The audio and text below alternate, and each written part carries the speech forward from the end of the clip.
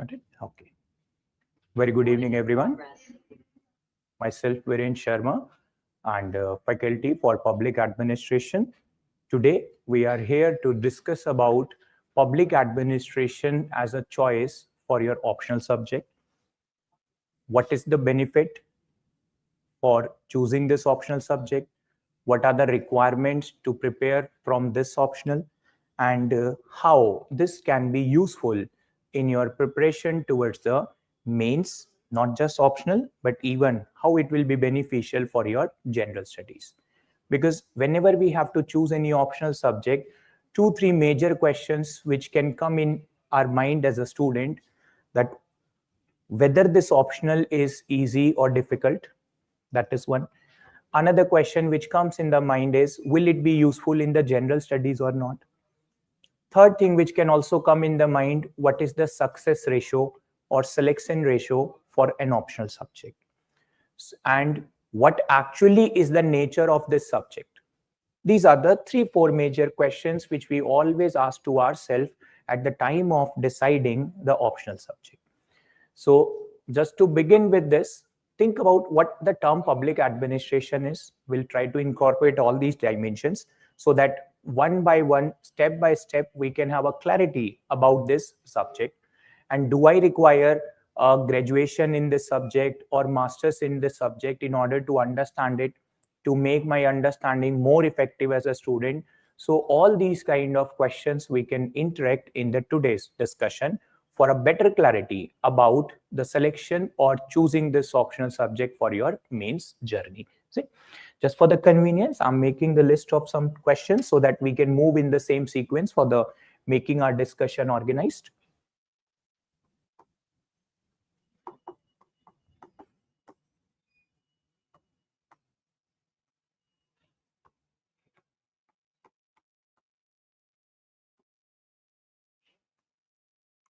The very first question is this itself. What is public administration? Another, is it useful for general studies? Percentage of success, that is the thing, and overall relevance in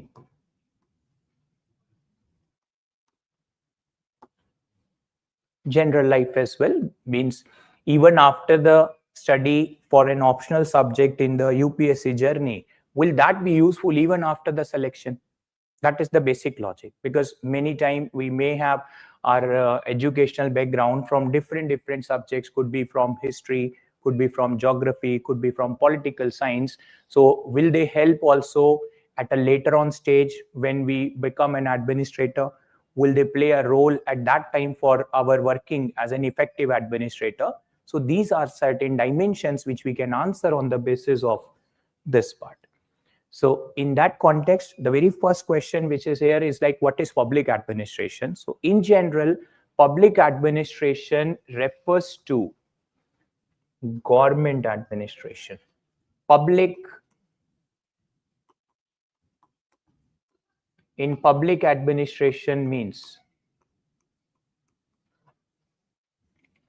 government. So the government administration is referred to as public administration. There are field of business, so business administration, or we can call it as business management. But when it comes to government, so administration of the government is what is public administration. Being a civil servant, we work also as a public administrator only. Civil servants are public administrators. And being a civil servant, we may have various roles. In our country, the civil services system is based upon a logic of early entry. Early entry means between 21 years to 32 years of age is for the general, 3 years age relaxation for our other backward classes, and 5-year age relaxation for our member from scheduled caste and scheduled tribe. So imagine at an early age, these officers are recruited. And then after work experience of 10 to 15 years, they are brought into policy making. After 25 to 28 years of service experience, they reaches to the level of additional secretary. IAS officers only reaches to that level. So initially we work in the field. So we implement policy. For whom? For public administration. So we are public administrator at that time. When we comes to secretariat, we formulate policy. So we become policy maker. Technically, as per the general understanding of the politics, international relations, political science, or even from constitution's point of view, policy making is the work of legislature. Theory of separation of power, but that is theory. In actual practice, politics does not make policy. In actual practice, who makes the policy is also public administration. So ministries have secretariat makes those policy. So technically they make policy when they are working in the secretariat. And in the initial years, they implement policy because we are initially appointed and posted in the districts. So district level policy implementation takes place. Formulation takes place at secretariat level. And all of these will come under the working of the broad term public administration. That's why government administration itself is public administration. So by understanding this subject, what we actually get in our day-to-day life, in that context, it helps us to understand the entire process of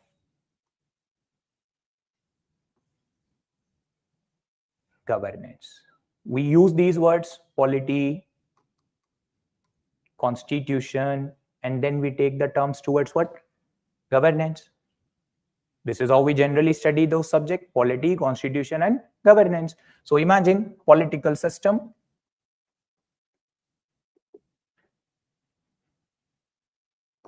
Nature of government, nature of system can be called as polity here. So we have a federal structure, central government, state government can be part of that broad term, polity.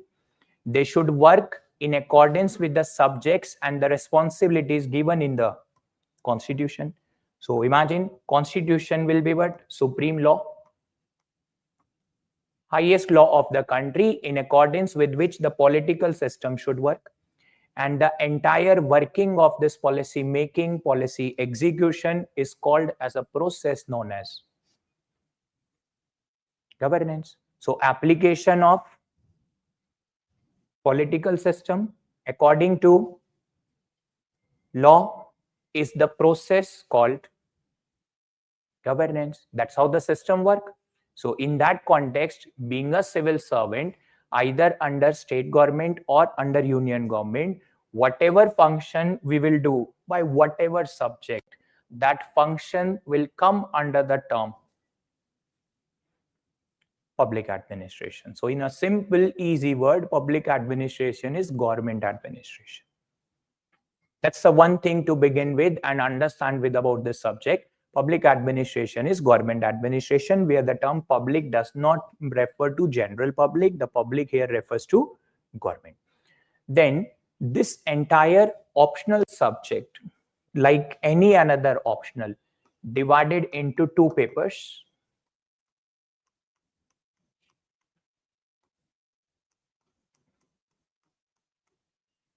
Paper 1 and 2. Paper 1 provides the basis for developing management skills, basis for administrative skills, and how will you get your work done. Paper 1 name is Administrative Theories and Concepts.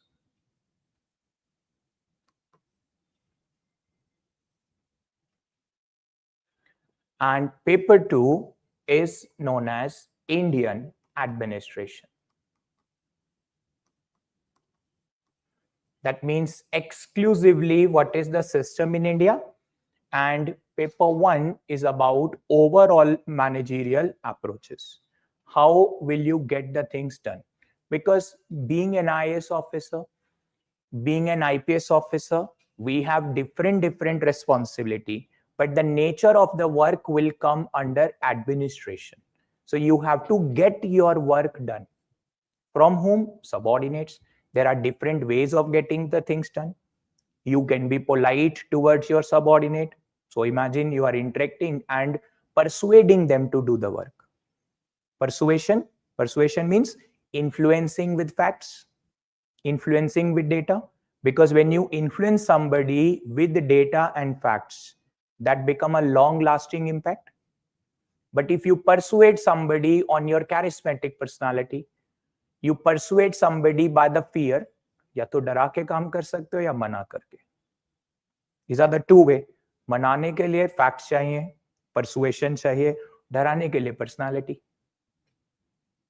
These are the two way. So when you create a fear, that's not long lasting impact. The person will follow your command as long as he's under your control. The moment he will get transferred, he does not care for you. But if the person is persuaded, it's like the today's generation follower concepts, that you appeal something, people follow it. That's a kind of person. They are influenced by your way of working, they're influenced by your thought processes. And being an administrator, when you are able to persuade your subordinates on the basis of facts, they will follow your command, even if you are watching them, you are monitoring them, or you are not at all even monitoring them. They will do their work according to the assigned responsibility. So being an administrator, our task is getting things done. So there could be the ideologies of authoritarian, or there could be ideology of participation. Both are administrative skills. Before taking a decision, I can hold consultation with my team members, but ultimate decision will be taken by me, being a superior. It's also a style of leadership. Without taking any consultation, I can take a decision and enforce my subordinate that you do whatever I'm asking you. Otherwise, get ready for carrot and stick policy. If you achieve goal, we'll reward you. You don't achieve the goal, we'll punish you also. Again, this is where the autocratic ideologies, authoritarian ideologies can work in that way. And depending upon the subordinate's quality, I can be an autocrat as well as a participative leader. What if I have a subordinates who are too lazy?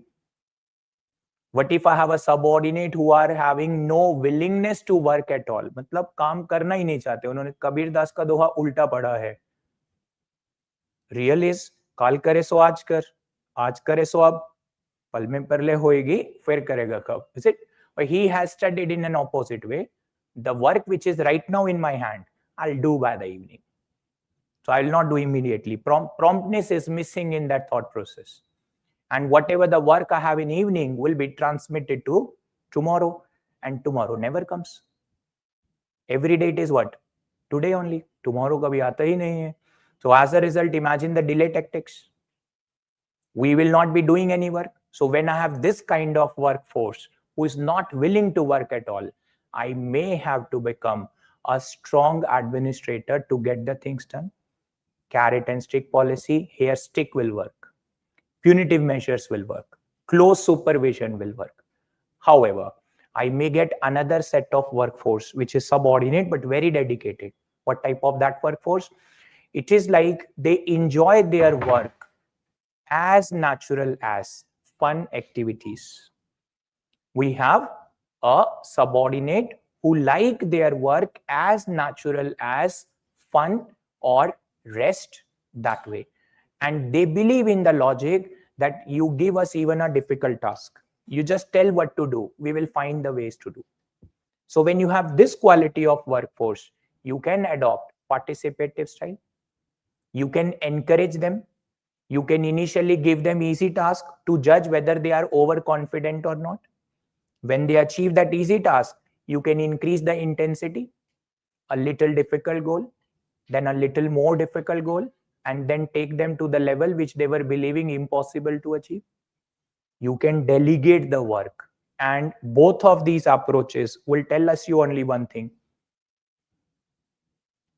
getting things done either through authoritative approach, either through participative or delegation approach. And that's why you are using two different approaches against whom your subordinate, whereas in the value system we study all are equal. We have to treat all equally, but that's theory. What is reality? You are split personality. You are polite with dedicated workforce, and you are autocratic or authoritarian with a workforce which is lazy, which is not willing to work at all. And in this context, you are the same person, but you have two different style of getting the things done. That means like to be treated alike, like to be treated alike. So rather than equality, it is a concept of substantive equality. That is the logic. It is an example and application of substantive equality. And therefore, these kind of administrative logics we can develop from paper one. This paper one has lot of insight for even your case study approaches. This paper one can also have insight for the portions, like if I divide here, in this paper one, we have management topics, which help us to develop administrative philosophy. This also have topics called public policies,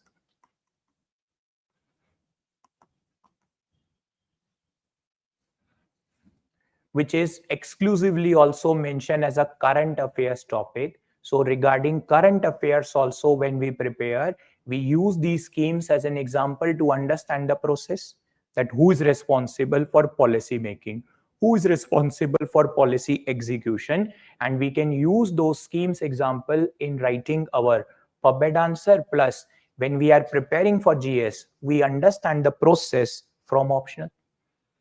Like many time in newspaper and even in the various GS class discussion, we may be aware about this name of the scheme called just a small GK test for us, PM Shri. It's a central government scheme applicable for school infrastructure, and we are giving money to the states for implementation of new education policy. So new education policy 2020 to be implemented by the across the country. Central policy hai, national policy hai, to be implemented by all the states. What if states are not willing to implement? That's their choice. Education is a concurrent subject.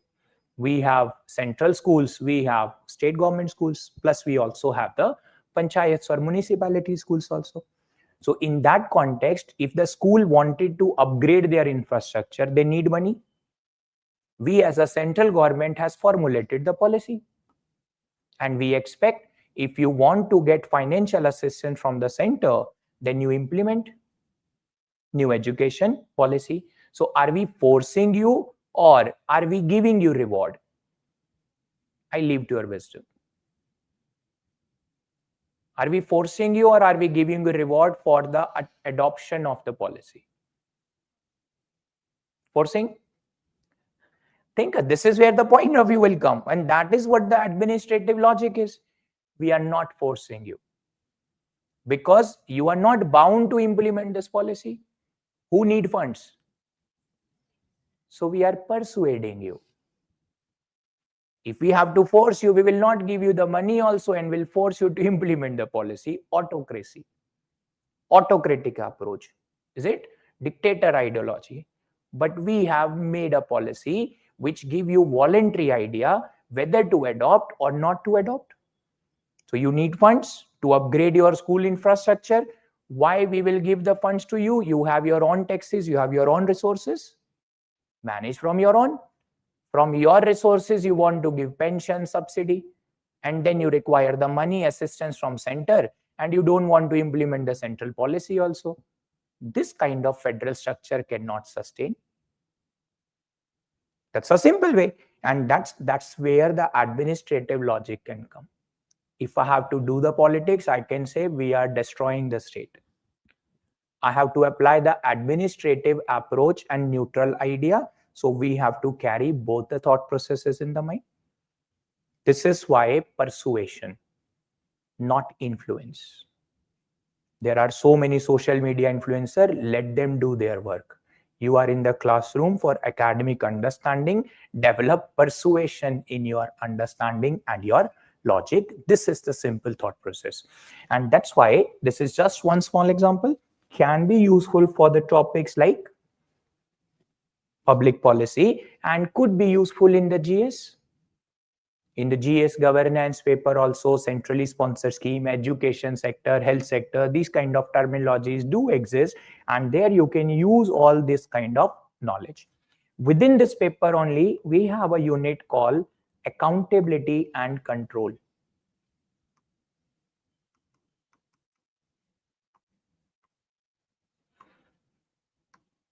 And it has lot of overlapping with polity paper as well as ethics paper. There are topics like Right to Information Act, Citizens Charter, judicial control over administration, parliamentary control over administration. They all are for what purpose? Accountability of the government. And another agency is exercising control over you. So imagine the judicial control over executive, parliamentary control over executive. These kind of topics are covered by this unit, accountability and control. And another major topic from this part is personnel administration.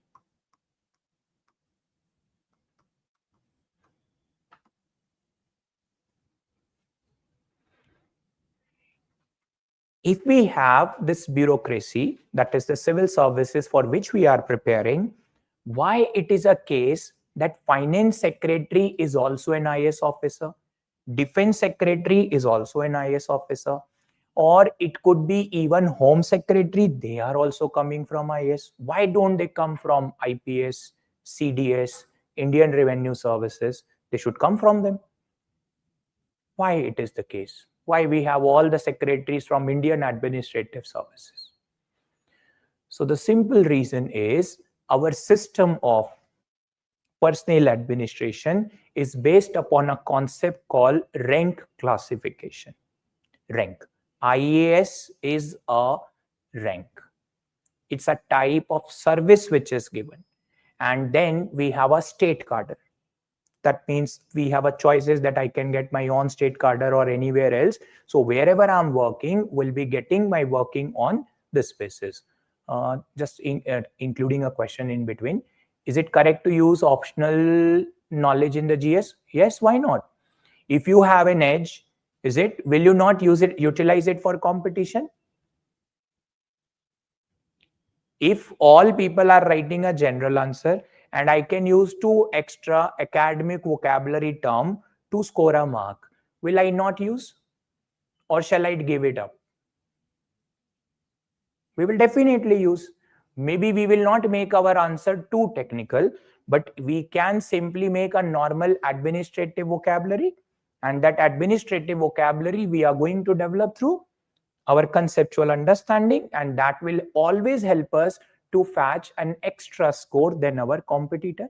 And imagine 10, 12 such questions with 1 or 2 extra mark.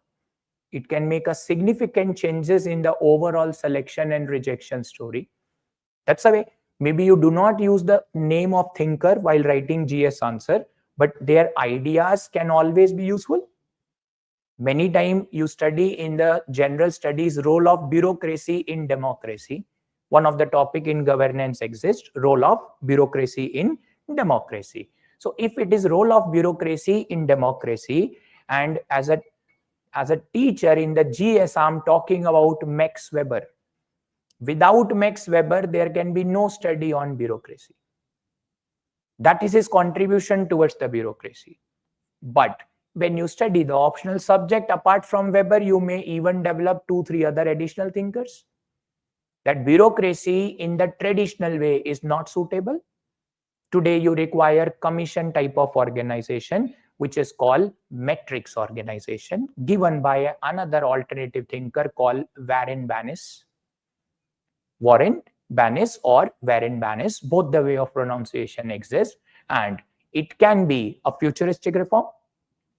That today's bureaucracy, which is extraordinary rule oriented, may not be suitable.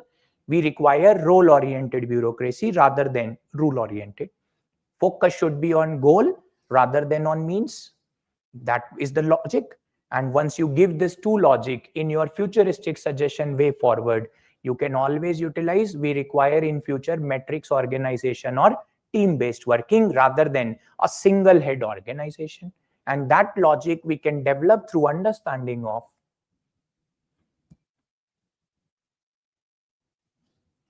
management.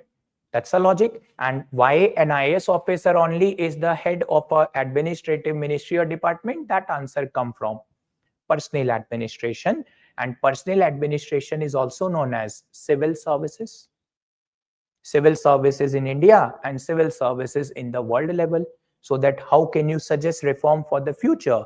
That also you can develop from this part. And one more sub point and sub part here, that is called financial administration.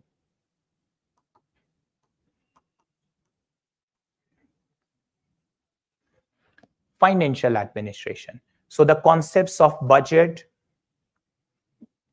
okay, concepts of budget, apart from the budget, concepts related to GST, concepts related to overall application of monetary policy, fiscal policy, budget, role of CAG, these kind of topics will get useful coverage under financial administration. Imagine 5 major sub portions of the paper 1 are directly or indirectly helping in the GS papers, where to resolve the case studies I require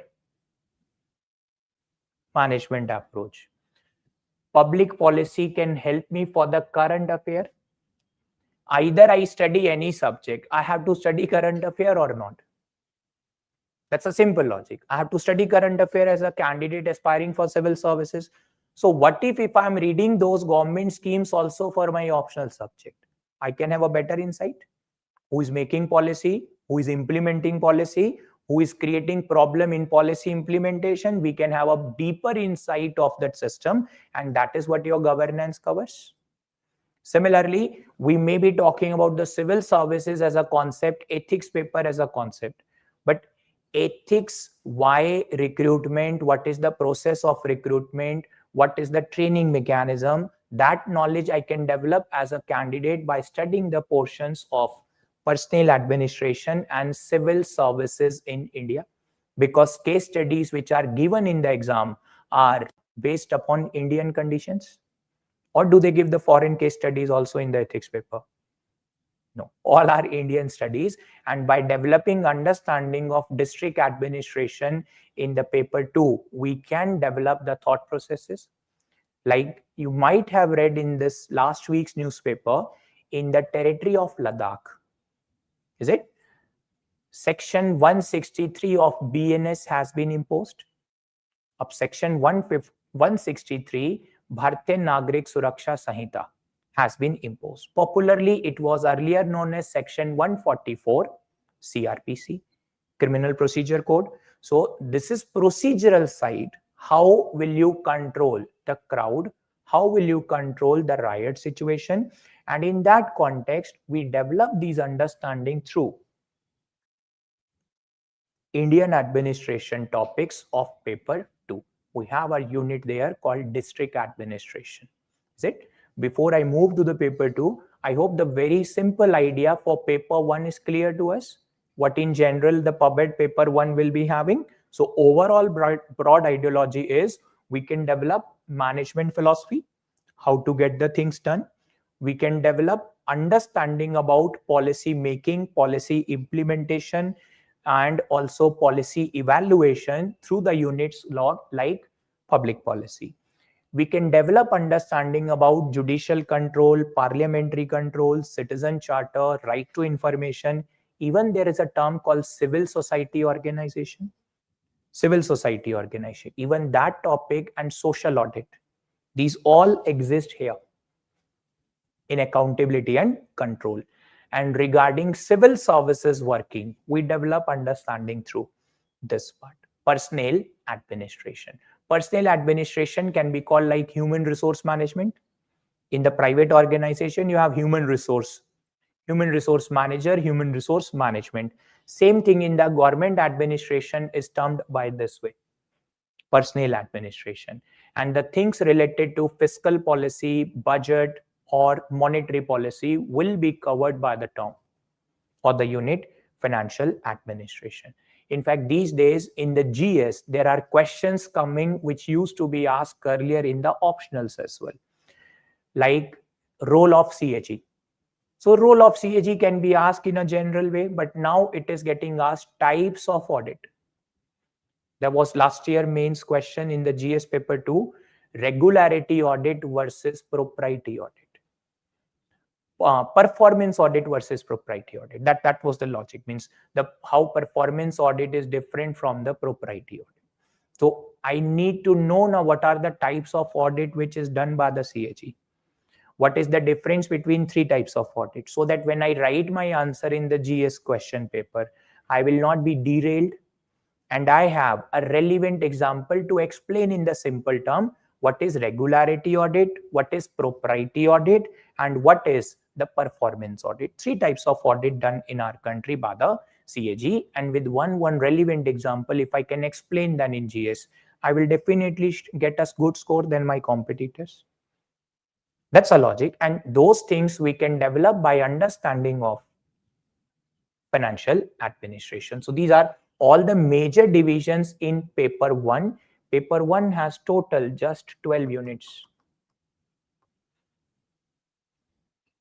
And if out of 12 units, we can cover 8 in detail, and remaining 4, we don't have to skip. Remaining 4, we have to cover from the point of view of 10 marker question. Because question number 1 and question number 5 are compulsory in all the subjects, whichever optional is in the mind. Question 1 and 5 are compulsory. So it is possible a 10 marker question can be given from those units which you believe that I don't want to do them. So do not leave the unit, just cover them from the point of view of a 10 marker, and that will be making you comfortable to write 6 answer out of 8. You have to only write 5. Out of 8, we have to answer 5. If we cover 8 units in detail, depending upon our personal likes and dislikes, and based upon the class notes, we will be in a condition to answer 6. That means we still have a choice to go for 5. If we cover all the 12 units in detail, then also we can have the possibilities of answering 7 to 7.5 questions, because one question they make from out of nowhere. And that's a common practice in all the optional. That's why you have a flexibility of your planning. What is the flexibility of planning here? We are writing only 5.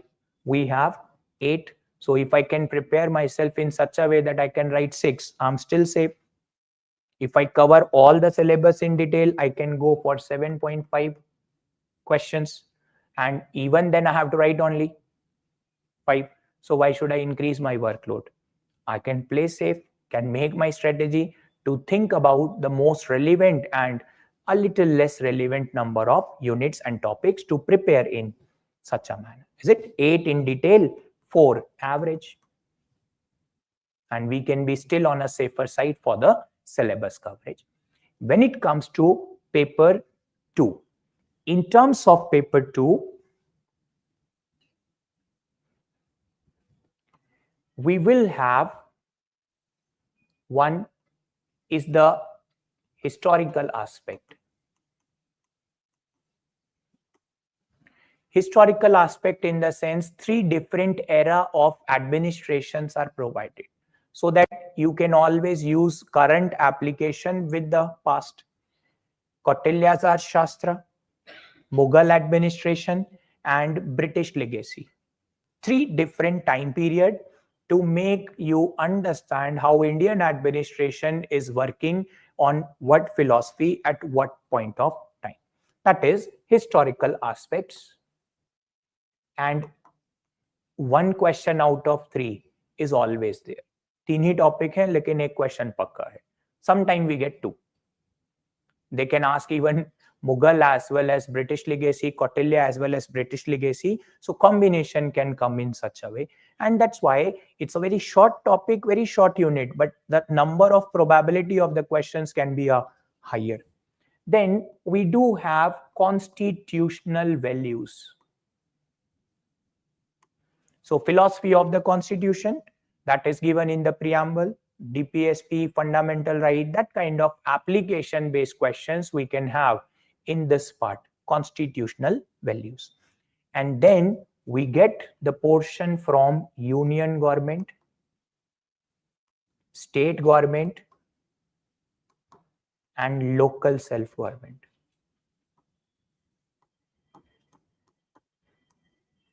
Club all of them as one. And then you will find that there is rarely any question in the president topic, judiciary topic, parliament topic, governor topic, which you are not able to answer just by covering these 3. And topics related to panchayats and municipality will be covered by this part.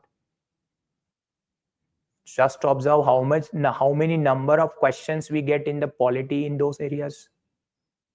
At least 4 to 5 questions. So those 4 to 5 questions in the GS, we can answer on the basis of our knowledge and coverage of our optional subject. That is why the relevance of that fact and this portion exists. It's like core of paper 2. Core area of paper 2, which even provide foundation for problem solving in the polity and governance paper. And then we here also have topics like it is district administration,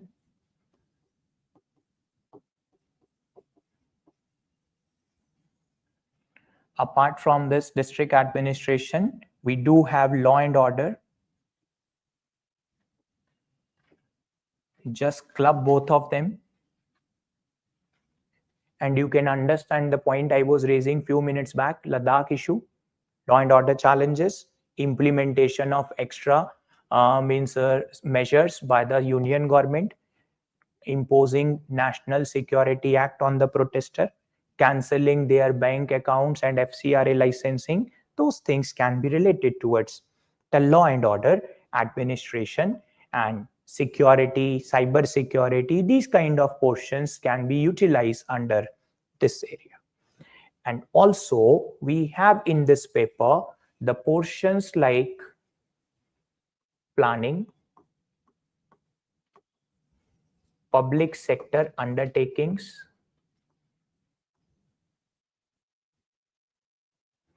which will be useful for even GS paper 3. GS paper 3 has public sector undertakings. A very simple question based upon perception in our society. Are the public sector undertakings or the government companies profit making or loss making? Itna hi estimation karna hai. They are profit making or loss making? How many they are exactly exist? Some rough data, 100, 200, 250, 300. So that's why I said in the very first statement, data is important. 100 companies, 200 companies, 250 companies, or 300 companies. Just round off number only I am also using. Roughly around 250 plus companies exist in the government. Out of 250, around 75 are loss making. Rest all are profit making. But what is the market news? PSUs are. What is the perception? Loss making. That is society. That is persuasion. That is influence, not persuasion. 250 exist. Out of them, only 75, less than 75 are loss making. 170 plus are profit making. But what is the image created for all of them? Loss making. And that's why we are doing the privatization of them. This is market. This is perception. Reality, 170 plus profit making PSUs are making a profit of 2,40,000 crore rupees total profit. 2,40,000 crore rupees. And the losses incurred by them is just 28,000 crore rupees. I'm saying just because profit is higher. 2,40,000 crore minus 28,000 crore. Still the net profit is 2,12,000 crore rupees. What is the perception? They are loss making. That's why you need data. So if more than 2 lakh crore rupees is profit generated by these government companies, that can come to the government in the form of corporate tax, financial administration. Remaining money can come to the government in the form of profits called dividend. Dividend received by whom? Shareholder. So government is the shareholder. So remaining amount of money will again come to the government in the form of shares or dividend. And that is what this topic teaches us. PSUs. So these kind of divisions are useful. Think this is GS3, district administration, law and order, can be useful for the case studies plus security or GS3.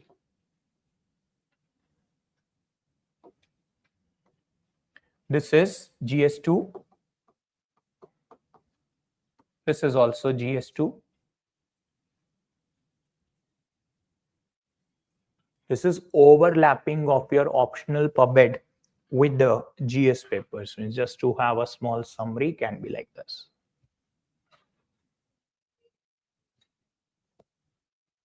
Please help them. Will do.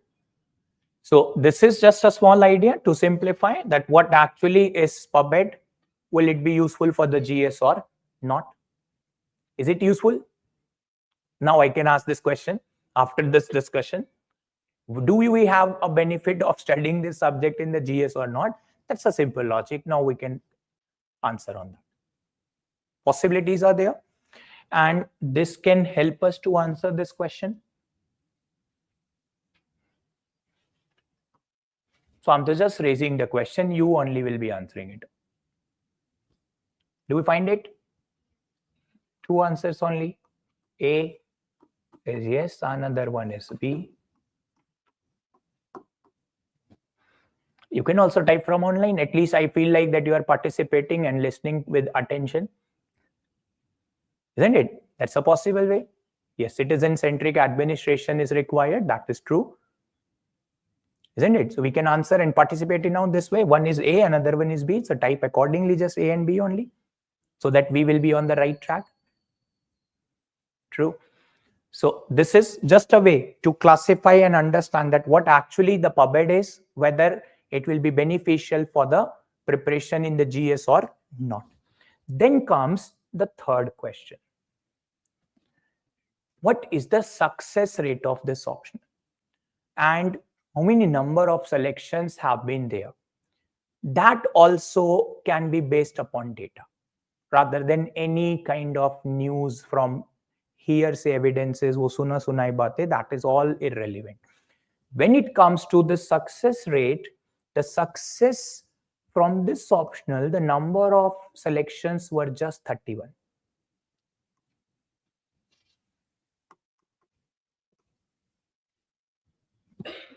And 31 is in the top 5 subjects only. Even after this number, it is standing in the top 5 subjects only. Which subject or which optional has given the highest? Which subject has the highest? It is PSI here. If I can add the number will be just around. Let me just add the number only. With this data, I have actually kept it out as a report only, because the best data is always UPSC's annual report again. That data says that maximum, the number of candidates were 140. Highest number of candidates from any optional subject in the recent years. And then another subject which can have almost a good number is Enthro also. And one more is there, that is Socio as well. And how many they have? The Socio's number was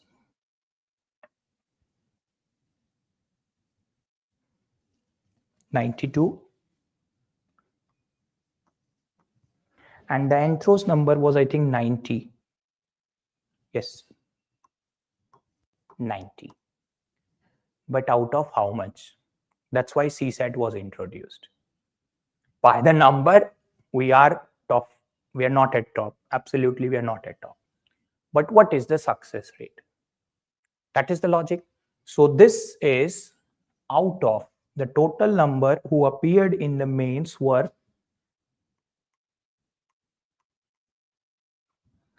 1571. For PubMed, it was out of 361. For Socio, it was out of 1087. And for Entro, it was from 1159. And that makes a percentage, which is a success rate. It stands 8.9. It stands 8.6. It stands 8.5, 8.4. That is the success rate. So when we see the number, it feels like, oh, just 31. But when you see and compare with the denominator, then it is comparable. Out of 100, 9 only are getting selected. Round off all these numbers. Out of 100, how much they will be? Either 8 ही रह जाएगा. Because 0.5 and above will be taken to the next number. Less than 0.5 will be taken to the previous number. That is the data. That's why the data speaks itself silently or loudly. That is decided by the person only. Which subject has the highest success ratio? PSIR? No, PSIR is not there. Let me just tell. Manipur literature.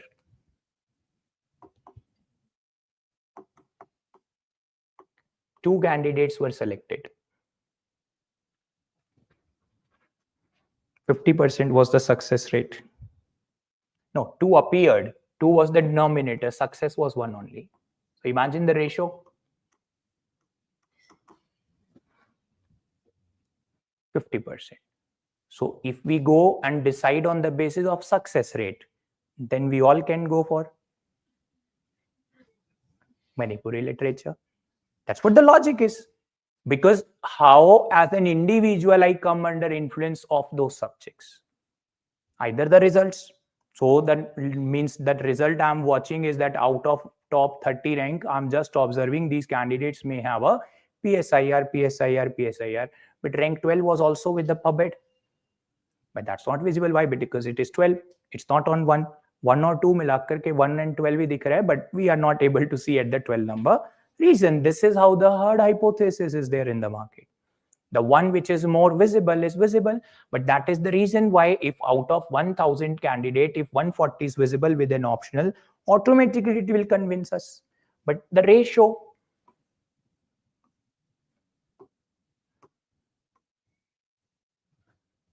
is higher. And even the subjects like commerce and accountancy, economics, they may have even higher success ratio than these subjects. But they have a lesser overlapping with the general studies. Means they may have economics is like around 16%, commerce also is like 15%. Commerce accountancy 15% and GS economics is around 16% is the success ratio. But that becomes a little more technical. That requires somewhere a basis from those subjects in order to approach for them. And that's why large number of people who appear even with PSIR, they do not have the background from PSIR. Only 20-30% of the candidate have the background from the PSIR. Rest are all coming from the other fields, engineering and even from computer science, even working professionals. And this is these two subjects, that is PubMed and these PSIR. They both belong to same family only. The PubMed has emerged out of PSIR only. It's considered public administration. The PSIR is the mother discipline of bit. That's why there is so much overlapping also in the syllabus, but the syllabus wise, it is shorter. It is comparatively less number of thinkers what we have here. Here we have more political science thinkers. Here we have the management thinkers, which help us to develop a thought process of problem solving. Whereas if I go by the political ideology, then I may not be using the data. Administrative approach tells us use data to convince the society and to get your work done. PSIR may not say me this. It say that you influence or suppress. Persuasion hai hi nahi. Charismatic leadership, is it? Or suppressive leadership. These two are right now dominating the entire world and the society.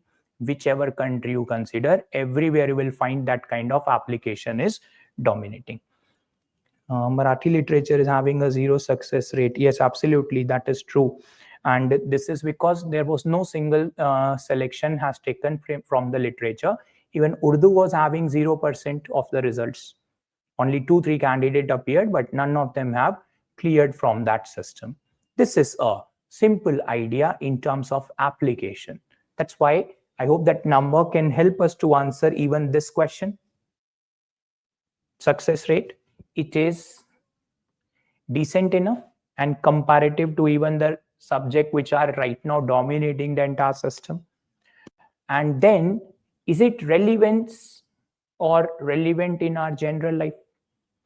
Even after selection, will it be useful? What if there is no selection, will that be useful? Because that is also the concern. We all think positively.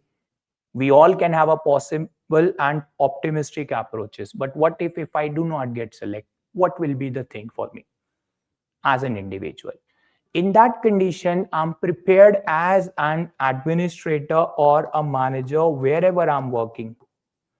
In whichever sector I'm working, I already have the management skills. I already have the skills to get my things done. But what if I'm a student from this optional and unfortunately do not get into the final list? What is the philosophy I have developed? Ruling mindset or administrative mindset? So how will I manage the things while working even in a private sector for that purposes? Where is the problem solving approach we will develop? Or the other parts as well? That's a concern. And this is why the subject can also have a relevance in our futuristic life. Even these days, as per various newspaper editorials, public policy is the new MBA. Masters in Public Policy is a new MBA. And imagine you are studying public policy even in your syllabus here. Syllabus here. So that it help you to even plan for the government as well as any sector in the future and getting your things done. And that is why this is related to here as well. A plan. That means a subject which will prepare me also for the real life. After selection, it will help me again to get my things done. In case of non-selection, I still have an administrative and managerial approach to work anywhere in the society in any sector. That's a logic. That's why success rate, if you compare, will tell the reality that out of 100, only 9 are entering into the system from these all top 5 subjects. 91 are standing out only. And those standing out will be looking for the alternative options. The alternative options will be available in the sectors which might be private, non-governmental organizations. There also how the working will be done. Planning needed, execution needed, monitoring needed, evaluation needed, and that require administrative skills and the thought processes. That is the logic. That's why even many times it's there that we have within our family, our siblings, is it, our cousins, and we may have a dispute on various issues.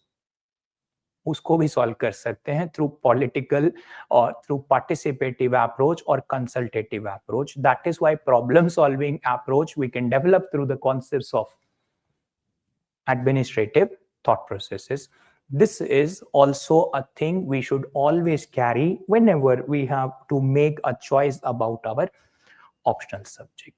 I hope the broad ideas we got from this entire discussion. One is what is public administration, what is the use of this subject in the general studies, and what is the percentage of success. So success rate is decent enough in comparison to all the present day top 4-5 subjects.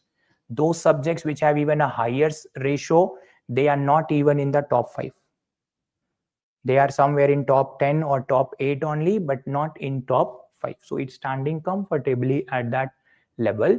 And now the even optional question papers are becoming more generalistic in nature. There was an era 2012-13 when 2 consecutive years the questions were drafted little tough. That era has gone. That era is now back to the normal, and decent average papers are emerging, and on the basis of the class notes itself we are able to answer the question. To prepare for this optional, what is the approach we follow in our classroom? Our approach is we focus on concept,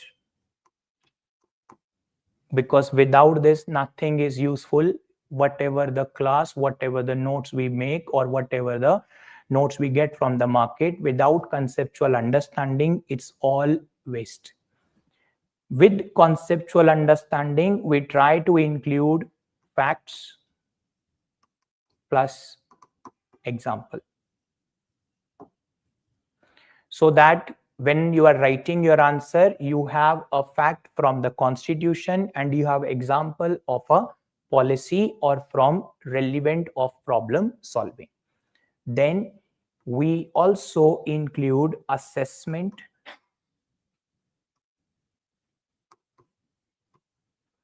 arguments in favor of a concept, arguments against, followed by way forward or suggestions.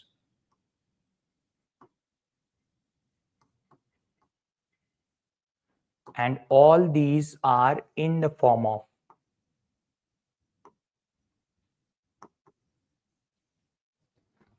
class notes as well. That means class notes can become a one-stop solution for my entire optional preparation. And additionally, when we have to cover, we will go with references of institution provides, pink booklets that also cover a decent enough amount of syllabus, but many times the examples are not given in the booklets. That is just to develop concept, so that classroom will remain always relevant. Otherwise, pink booklet will be available and everything is there itself. So to develop the thought processes in a more detailed way, more appropriately, we have this thing for our classes, and study material support is in the form of this, so that minimum sources of reading and revision we can do again and again, plus some additional new information emerge. So the new information we add with the help of handouts. They are limited. So as an individual, my source of the references will get confined. Means if I have to refer 4 or 5 different books and those books are getting confined in these 2 portions, so I might not have to go for so many books as per the present requirement of the time. We can have inclusion of all those 4, 5, 6 references within this part. And it is always suggested even by the various successful candidate that if you prepare for your GS, please read the second ARC. Is it? that is suggested by many means candidate. Either they are from whichever optional, they always suggest that thing. What if we are writing our suggestions and that too on the basis of ARC?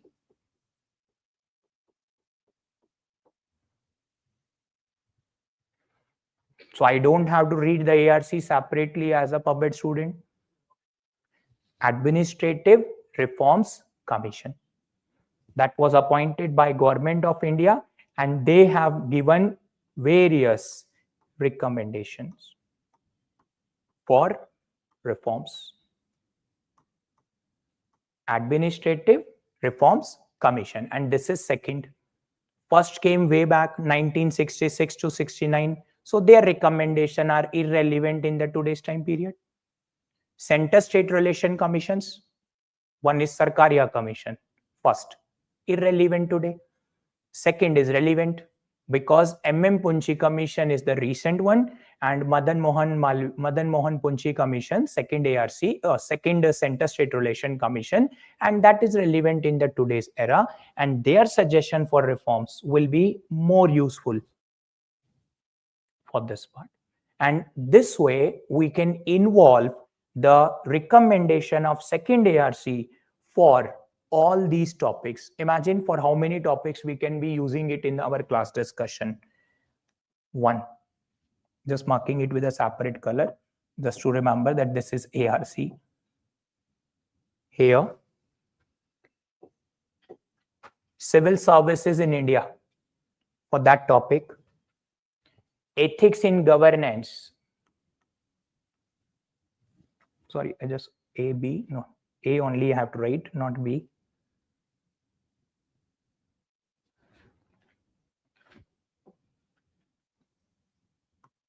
ARC, this is also ARC. Then here, for union government, state government, local self-government, there are 3 reports. 3 separate reports exist from the ARC, one for union government, another for state government, and third will be for the local self-government. Separate government reports exist. And then this district administration and law and order through public order exist. Public order. And we have a topic called disaster management as well. Disaster management report is called crisis management. Just writing it directly by this color. Crisis management. Useful for the topics of disaster management. And here also ARC report is useful. So out of 15, approximately 8 reports, 8 is the minimum which will be useful for coverage of your GS portions as well. And if those reports can be included in the form of class notes along with the topic, being a student, I don't have to read it again separately. Because if as a student I will be given, let's say, 2 report summary that you read on your own, report on union government and state government, I'm just giving you a handout. If I don't know the concept as a student, what will I do with those handouts? Irrelevant. If in those reports there are suggestions for ministries and departments, and with the unit of union government, I have written those in my class notes, I can use these recommendations more effectively in the answer writing. And this is the approach we follow in the classroom. That's why our entire focus will be upon structured discussion of our area. That's why focus on concept part, facts and the example, so that newspaper will get involved in the discussion, schemes will get involved in the discussion at the time of answer writing. Assessment, because this help you to write the questions called evaluate, critically evaluate, and this will help you to develop critical thinking. That's a logic. Critical thinking is what we have to develop. Critical thinking in the sense, whatever government is doing, I can look it from the point of view of criticism, but I also have to think how to solve the problem. Critical thinking. How to solve the problem is here. Suggestion for reforms. What government is not doing or how they are doing a mistake, that is a point here. Arguments against, and appreciation of those policies and program can be arguments in favor, so that whatever opinion I will form will always remain a balanced opinion. I can't be anti-government, I can't be pro-government. I'm a bureaucrat, so I have to remain apolitical or politically neutral. That is the expectation, and these are all the skills which we get developed through our understanding on this subject. These are the approach side, and that's why we may not even use the books for that purposes. If still you have to keep one book, two book, you have a choice.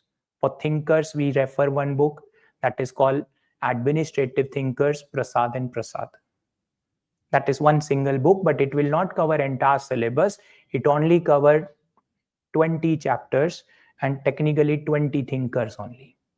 But that is not the entire coverage of paper one. That is just two separate units from one single book. That's why all that can be easily taken care by your pink booklets. That is developed on the basis of 8 to 10 separate references. So all the good content of 8 to 10 references is involved here in just 4 booklets. That's why it could be reducing your burden of references. And while in the class itself, during the course, we have total 5 tests plus PYQ discussion along with the topic, and based upon this PYQ, at least we are writing minimum 2 assignments a week. That is to develop our answer writing skills. The last batch we started was in April, first one, that is getting over in the first week of this October itself. They have gone through all those 5 steps, so that sequential preparation and monitoring of our performance we will keep on doing. Otherwise, we attend the class and after that we do not know how to write an answer. We should not do this. Whenever we are preparing the subject, we should always focus upon answer writing. Without answer writing, knowledge is of no use, because this subject is easy to understand. Structuring of answer is a tricky thing. For structuring of answer only, we are developing this. Many times it is said, now, why don't you include example? Why don't you include facts? Include everything in the notes. Once you have everything in the notes, you can easily utilize that information for answering your questions. Is it? So these are all the different approaches, concepts we require to include while preparing for our optional subject. Whatever optional we will study, we have to consider the dimensions, because optional always give a sound knowledge. That sound knowledge is useful in writing very good GS answers also. There are optional who have no overlapping at all. Then as a student, I have to think for both the things separately, optional separately, GS separately. But if I'm looking for an optional subject which is not from my field, I can consider PubEd as an optional. Because even if there are 100 students who pick the PubEd, 99 do not know what is PubEd at the time of joining. That is the best part. Means competition is very fair. क्योंकि किसी को कुछ नहीं पता है. They learn the PubEd in a span of 5 months, 6 months to even maximum 8 months of their self-study total, and then they compete. So out of 100, 99 are just like us who have never studied the subject. But it is not the same case with all other optionals. और ऐसा क्यों है कि 99 people do not know what is PubEd? Because it is not taught in the university. We don't have degree programs. We don't have a bachelor in public administration degree across major universities. It is still taught as a paper in the political science honors. So imagine if PSIR is an optional and under that we are studying one small paper, and that paper is also of 500 marks, and entire bigger optional is also 500 marks. So where should I invest my energy? The lesser portion, because they are also 500 marks, they are also 500 marks. And not just this, in terms of the syllabus, it is like a small diagram. It's like a syllabus of the PSIR and a syllabus of a PubEd. And they have overlapping as well in Indian administration. They have a philosophers. We have thinkers, which are management thinkers. That's what makes a difference between the two subjects. Otherwise, one portion appears very similar. Indian administration, union government, state government, local government, that is very common. But our thinker portion is comparatively smaller as compared to that part. And out of 100 in both the cases, it is only 9 people who get selected. So you can always make your wise decision with respect to choice of this optional subject. Let us just also take care of the questions if anything is still unanswered. There is overlapping in all the 4 paper. In the GS paper 1, we do not claim any overlapping. However, social issues can always be linked with the Women Development Initiative, rural development topic, which we have in the PubEd. But still, if we claim that also, then people will say that we are reading PubEd only in all GS papers. So we just do not claim that way. It's otherwise GS2, GS3 and GS4. Out of these 3, the more weightage we have in 2 GS papers, GS paper 2 and GS paper 4. GS paper 2, approximately 125 marks weightage we have. And GS paper 4, case studies, 6 case studies. And theoretically also 50 marks minimum weightage, 170 plus. So this is what we study. We are not studying it for 500 marks. ये भी 500 marks है, ये भी 500 marks है. They can claim GS paper 2 completely. Polity, constitution, governance, IR, 250 marks. But the case study, they can't claim that they will be able to solve the case study, because case study, they will teach from political point of view. Case studies require administrative approach to solve the problem. And that's what you develop from here. Management thinkers point of view. And this is why here we have this benefit. And GS3, we have an approximately 60 marks weightage. Security issues, disaster management, portions of the public policy, portions of the PSU, those kind of small portions will be there. And this is one of the most dynamic paper. So this is actually what we are studying for, not just a simple idea of 500 marks. 500 here also, 500 here also. But its weightage in the GS will be second. And there will be the weightage of 2, 3 and 4 with different portions. So this is actually going to help us to make our mind with respect to choice of options. Any further doubt we have, you please feel free to clarify. I will explain or re-explain those terminology. We can have our own discussions on this issue. Otherwise, we may end our discussion here. This is the same way we study in the class. Think about this is our approach also of teaching, because I'll take 90% of the syllabus. Only 3 units are taken by my colleague Amit sir. He will be taking like introduction part, personnel administration and the civil services topic. Rest entire syllabus 90% is with me only.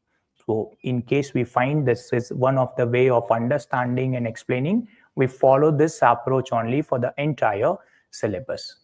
What about scaling with respect to PubEd and why we are able to see less marks? The marks are decent enough. Every average score between the PubEd also is between 250 to 290 only. That's a criteria. And in recent year, the rank 1 from PubEd came in, unfortunately, COVID year. PubEd rank 1 also came, and that was in a COVID year. That's why it did not get that much of attraction also within the society. Otherwise, if I tell you the marks, it will be very eye-opener. He got 294 in the optional. And most importantly, how much he got in the GS paper 4? It's a record marks, 157 marks out of 250. So imagine optional में 60% नहीं आ रहा है और GS में it's crossing even 60 for that purpose. And even in the polity also 130 around number of marks have been scored, which became one of the main reason to even go for rank 1. And he did not get good marks in interview. Interview score was just around 158. Imagine. Still rank 1. The rank 2 was having around 209 marks in the interview. And rank 1 marks? Can you imagine this can receive rank 1 with this interview marks? Imagine तो नहीं हो सकता, but fact है कि हो गया है. Reason is the marks scored in the mains and the optional subject. That's why it's just a myth of the society that marks are not given. In which optional marks are given, you always ask the cross questions to them. At which optional is giving 300 plus these days? Marks are given on the basis of quality of answer. Quality of answer is not written properly, so how the marks will be given? Less than 55% of the marks and the person are becoming the All India rank 1 these days. Even 47-48% also have given the rank 1. So imagine the nature of question is becoming vague, nature of answer is becoming vague, so as the cutoffs is also getting declined. Otherwise, in the earlier time period, the prelims cutoff was even 114. 114 तक भी गया हुआ है cutoff, 108 भी गया है, and recently these are what? Just 90s, 88 पर भी नहीं हो रहा है, ऐसा problem बन गया है. So it's a decline of a student quality or decline of the quality of the questions getting framed. I leave to your wisdom. I will not judge. Is it? This is very a sarcastic way of observing. I did political science honors and confused between PSIR and PubEd. I think I have discussed every next possible way. Even after this diagram, you can solve. This is one of an easy way to think. This diagram itself is telling you the syllabus part. Or before taking an optional decision, you just see the syllabus of this portion so that you will understand that how much wider it is or how much narrow it is in terms of the syllabus. And rest is all I have explained you with respect to the means standards and overlapping with the GS portions. Because in the past, there was a recommendation by one commission, second ARC only. They recommended create National Institute of Public Administration and allow the people to do graduation from there. Those who are graduate from this institution should be eligible to compete in the civil services. But फिर बाकी universities का क्या होगा? They all will be facing a challenge. They said other universities can run the bridge course. Similar syllabus they can run, and that can be useful for the purpose of competition. But then government rejected this proposal. And government have to give reason when you reject. So they gave the reason that we have already updated the syllabus of GS and we have incorporated the syllabus of PubEd in the GS. That's the reason why we have overlapping with 3 GS. No other optional can have overlapping with the 3 GS paper. Maximum can have 2.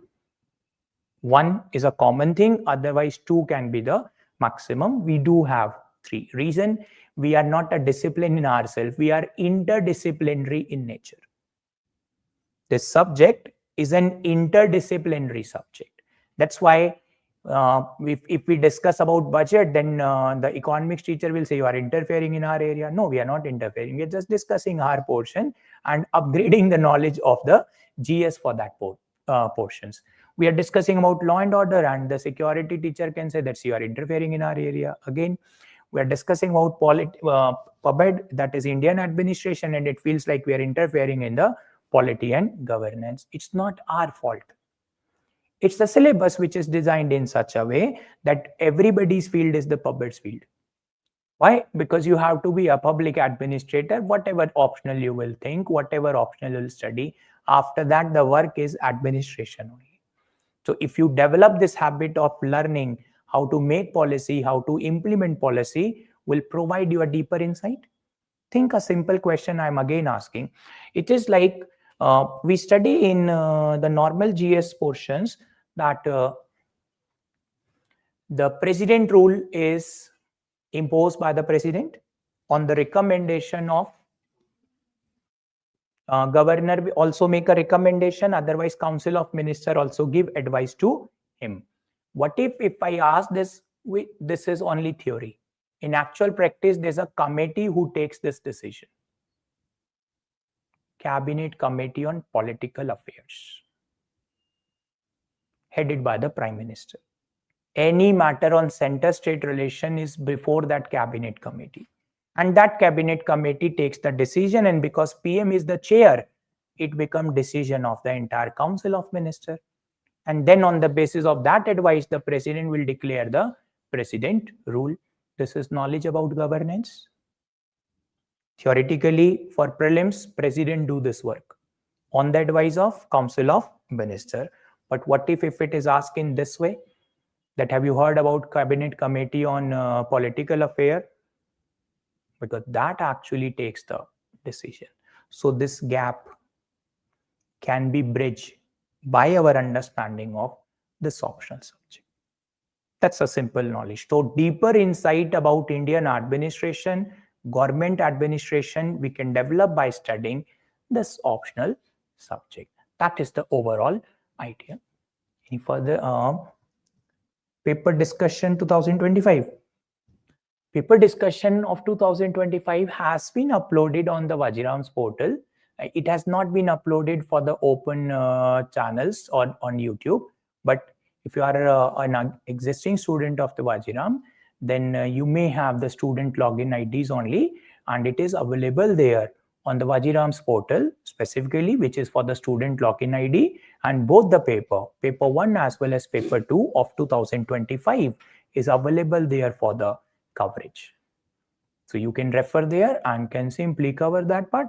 It's not that we will not be uploading, it's already there, but it's on the student portal so that in-house students and the Vajiram students will have the benefit of those area. Previous wala query tha, socio wala. Confused between sociology and PubEd. I think sociology is also an all-time good subject. The only concern is socio will have just lesser weightage than the PubEd in terms of GS. Socio is a wonderful, interesting subject, very small syllabus, just like PubEd. PubEd have 26 units, socio also have around 26 units. So in terms of syllabus, it is similar, but the weightage in terms of the GS may be comparatively lesser. That means you can develop your knowledge of socio separately and knowledge of the general studies separately. But if you are a little lazy like me, so then you can think about, I can cover the GS as well as optional simultaneously, then PubEd can become a more logical choice. So this way you can resolve. Otherwise, if you like the polity, if you like the union government discussions of your GS classes, then you may find more interest in the PubEd class, because Indian administration will be based upon those areas. Sure. Any other queries there? Okay, then that brings us towards the end of our discussion. Just let's us take any further queries. So you are please free to type. Otherwise, we will end this entire discussion here.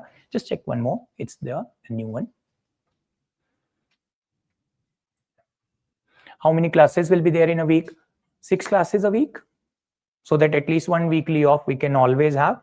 And that weekly off can be useful for writing assignments. वो जो 2 assignment weekly लिखने हैं वो कैसे लिखेंगे? उसी के लिए वो 1 day off रखा हुआ है, that it can be there. And in case if we get late, then we may have an extra class on the 7th day. That is just to have coverage within the time. Because if we are starting this batch from 10th of October, we can expect it to be covered by 10th of March. 10th of March. Paper 1 we will cover first, so that before December we can do those portion, and paper 2 we will be doing later, so that at that time you may not even think that no, I have to prepare for the GS, so I'm leaving the paper. No, that part will help you for the polity governance. Paper 2, think about.